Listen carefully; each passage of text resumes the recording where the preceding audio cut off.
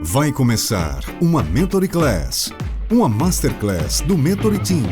Iniciativa SECT Alagoas, FAPEAL, Senai, impulsionando o empreendedorismo e a inovação.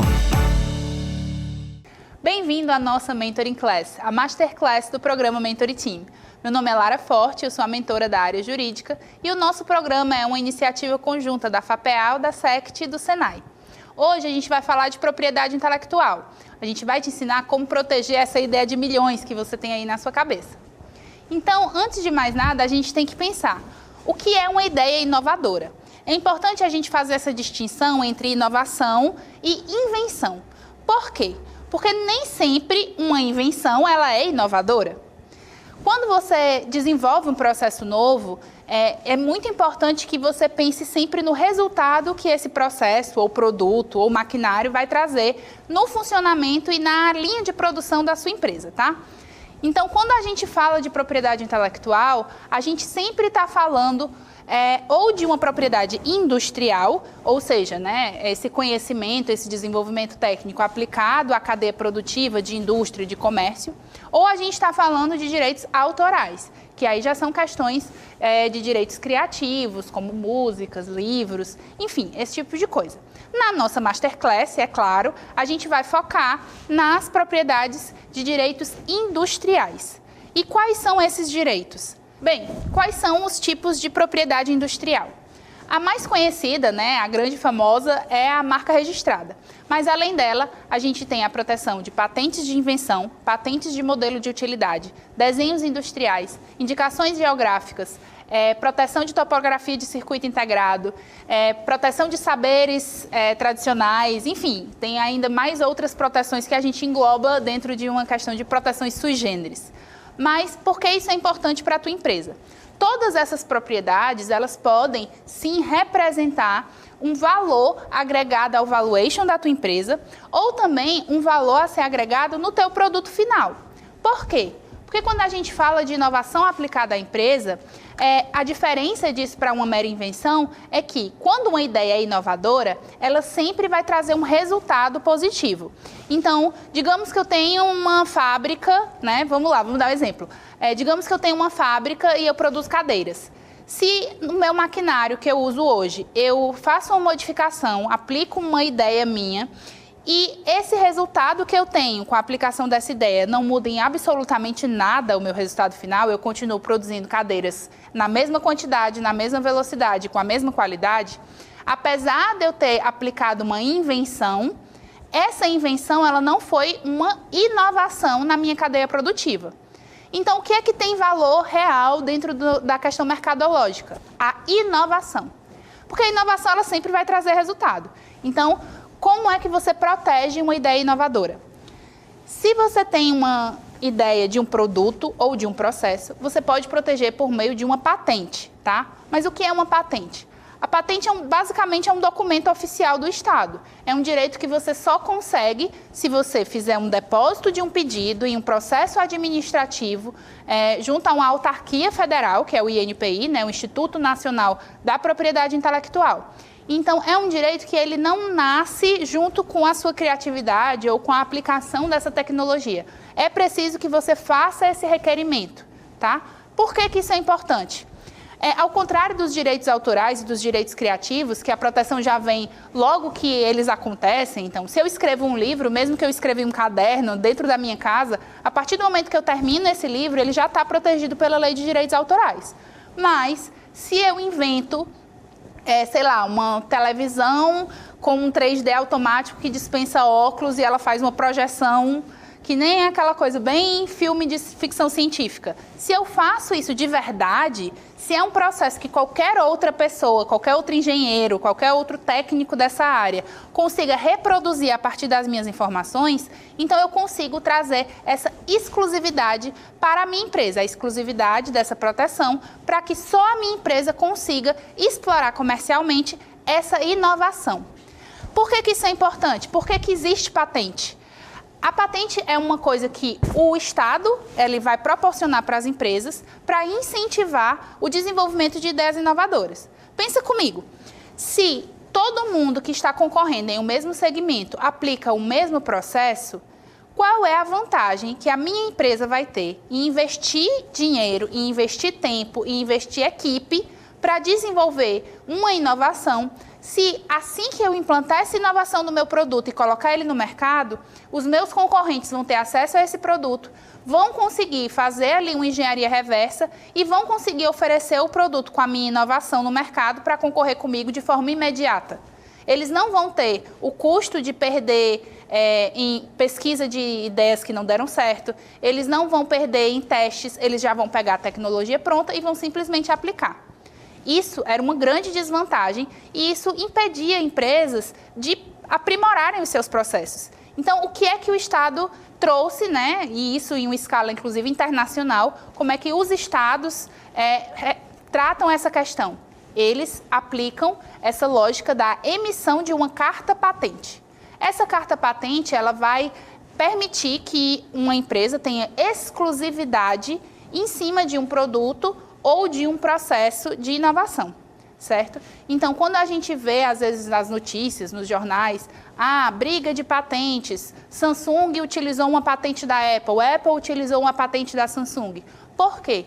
Porque cada processo, cada peça, cada inovação dessa é objeto de uma patente individual. E cada patente dessa tem um tempo de validade. O que acontece ao final desse tempo de validade? Essa tecnologia, ela se torna pública, ela entra no que a gente chama de estado da técnica. Ou seja, tecnologias que já estão nesse estado da técnica, elas podem ser utilizadas livremente por qualquer empresa. Então, se a tua empresa hoje, ela trabalha em um segmento de tecnologia específico, talvez valha a pena você fazer um procedimento que a gente chama de prospecção tecnológica, que é verificar nos bancos mundiais de patentes se alguma tecnologia já existente, já registrada, pode ser aplicada para melhorar o teu processo. E isso traz também uma outra questão, a questão da territorialidade. Uma patente brasileira, ela vai te proteger e vai te dar essa exclusividade no Brasil. Se o seu produto for explorado nos Estados Unidos, na China, né, em algum país da Europa, essa exclusividade ela não é garantida. Você tem que depositar patente em todos os países que você pretende atuar comercialmente, tá? E isso nos leva a mais uma questão. Sempre vale a pena depositar uma patente? Vale a pena patentear qualquer ideia inovadora? Na verdade, não. E isso é uma coisa que pouca gente sabe. Na verdade, o que vale a pena patentear são ideias inovadoras que vão acabar sendo reveladas ao mundo por meio do seu processo ou do seu produto na parte pública. Então, se a minha inovação é de um maquinário que eu mantenho fechado, com acesso restrito dentro da minha fábrica, não faz sentido eu trazer essa inovação para um documento público que outros países vão ter acesso e que os meus concorrentes vão ter acesso ao final dessa proteção. Então, como eu faço a proteção dessa propriedade intelectual em cima dessa ideia inovadora? Bem, a gente tem outros instrumentos, como, por exemplo, o contrato de confidencialidade de quem tem acesso a esse maquinário, ou mesmo a aplicação de uma lógica de segredo industrial. Essas proteções, elas não têm um depósito no INPI, certo? E por isso elas não tornam pública essa informação. A desvantagem também não existe um título de proteção que garanta a sua exclusividade. Então, se esse segredo industrial, por exemplo, for descoberto por um concorrente, você não vai conseguir impedir ele de utilizar essa tecnologia, a não ser que você consiga enquadrar, né, em alguma questão criminosa de espionagem industrial, alguma coisa assim. Mas, enfim, não quero entrar muito nesse detalhe, porque a gente ainda tem muita propriedade intelectual para falar. Voltando à marca registrada, é importante saber que a proteção do nome empresarial e o registro na junta comercial não garante proteção à sua marca, tá? Seja a marca de produto, seja a marca de serviço, seja a marca que você usa como identificação na fachada do seu negócio. Isso porque o nome empresarial e o nome fantasia, que você vai registrar quando for constituir sua empresa na junta comercial, são institutos jurídicos separados e independentes da marca. Então, vamos lá, você foi lá na junta comercial, vai abrir sua empresa. Vão pedir o seu nome empresarial. Se for uma empresa limitada, fulano de tal limitada. Se for uma SA, fulano de tal SA. Microempresa, fulano de tal ME. Esse é o seu nome empresarial. O nome fantasia é geralmente o que vai na fachada. Então, se eu tenho um restaurante, né? Eu vou colocar lá comida da Lara, comida caseira da Lara. Esse é o nome do meu restaurante. Porém, se eu tentar registrar comida caseira da Lara, eu não vou conseguir. Porque o registro da marca comida caseira da Lara não vai ser válido, porque é uma marca descritiva. Ela vai ser uma mera identificação do produto que eu estou vendendo. Então, eu não posso. Uma marca, ela tem que ser distintiva. Isso significa que ela tem que ser marcante, que ela tem que ter alguma coisa ali que fuja do lugar comum. É por isso que quando a gente fala de criação da marca e do processo de branding, é sempre importante trazer essa questão da distintividade.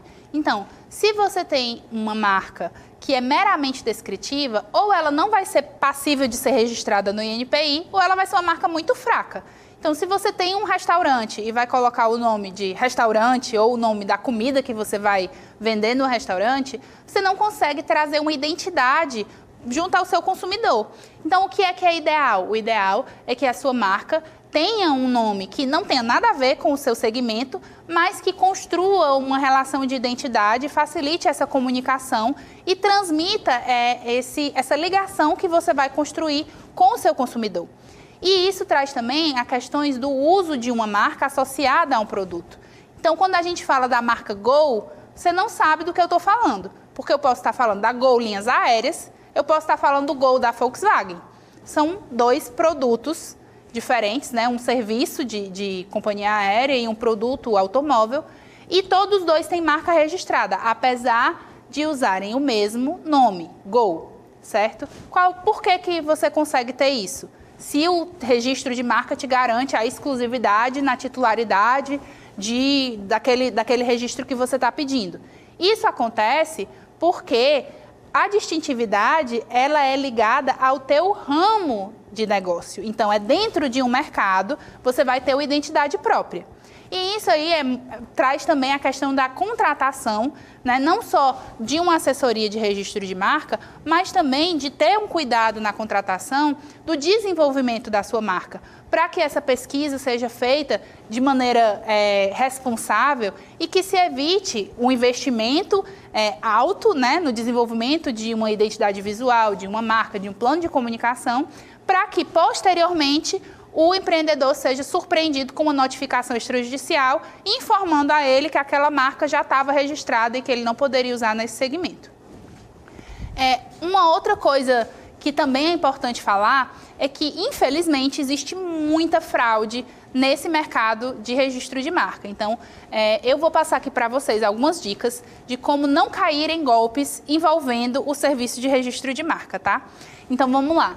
Primeiro, o INPI não vai falar com você, ele não vai mandar e-mail, ele não vai lhe ligar, ele não vai fazer nenhum tipo de comunicação direta com ninguém que abriu um processo de pedido de registro de marca. Ele sempre vai se comunicar somente por meio de publicação oficial na revista semanal do INPI, publicada às terças-feiras, certo? É como se fosse o diário oficial do INPI. Então, se alguém lhe ligou ou se alguém mandou e-mail falando que é do INPI, não acredite. Provavelmente isso é alguma fraude. Outra coisa, cuidado com os boletos. Quando a gente faz e abre um CNPJ na junta comercial, torna-se público, né, por conta do registro do cartão do CNPJ, algumas informações pessoais, como o nome dos sócios, o e-mail da empresa e o telefone. Então, o que acontece? Muitas vezes as pessoas entram em contato pressionando o empreendedor com um tom ameaçador de, se você não pagar esse boleto nas próximas 48 horas, você vai perder a sua marca e não vai mais poder utilizar. Então, assim, calma, gente, calma. Procurem um especialista, não tomem decisões apressadas. Inclusive, esse alerta está no próprio site do INPI, tá? Tem uma página lá, se vocês quiserem pesquisar um pouco mais, deem uma olhada no site do INPI. Se você colocar lá no Google INPI alerta fraude, você vai encontrar, é o primeiro link, tá? Busquem esse tipo de orientação e tomem cuidado para não acabar tendo prejuízo nesse tipo de transação. Bem, outra proteção importante é a proteção de software, mas ela é um pouquinho diferente das outras proteções de propriedade industrial. Isso porque a lei de software é uma lei independente, ela é uma lei própria, e a lógica aplicada na proteção é a mesma dada aos direitos autorais. Ou seja, para você ter o registro do seu software, você tem que pedir no INPI. Mas para você ter a proteção do seu software, na verdade, você não precisa de registro nenhum.